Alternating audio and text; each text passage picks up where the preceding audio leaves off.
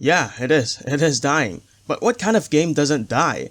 Popular games such as Apex, Fortnite, Valorant are currently booming in terms of player numbers, but eventually, the player number will decrease and the game will die. No game is immune to this and TF2 is no exception.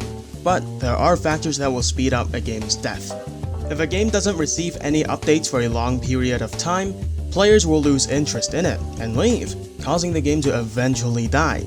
If there are too many hackers in the game, players can't play the game normally, and they will also leave the game, and the game will once again eventually die. If the game is too hard to learn, new players will give up and old players will slowly leak away, also causing the game to eventually die. There are also factors that will increase a game's lifespan. If a game is free to play, it allows new players to join easily.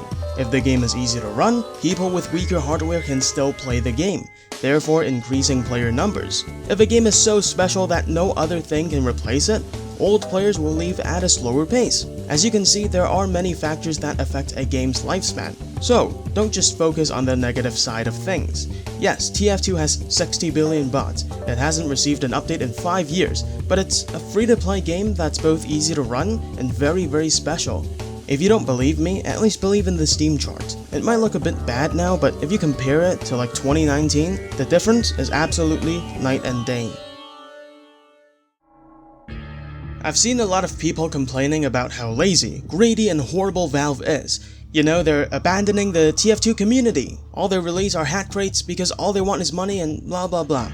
The thing is, I actually agree with that. But sometimes in life, the lesser evil is the best option. When you look at other companies like EA who always forgets to feed their server hamsters, Ubisoft who likes to put microtransactions in a single player game. When you compare Valve to that, Valve literally becomes an angel. They give out free backpack expanders when it's Christmas, they opened a Steam workshop for the talented to work for their game, and also pay them, although not that competently, but still. There are random weapon drops in the game, you can borrow weapons for free if you don't have them.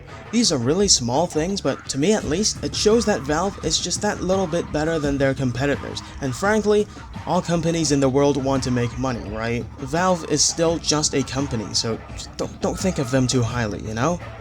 In my opinion, the game will not die anytime soon. The player numbers are just way too high and the queue time for a server is just way too low for that. I predict that this game will survive for at least 5 or more years, so don't worry about it too much for now. Also, in terms of updates, bug fixes and seasonal hack rates will still be a consistent thing.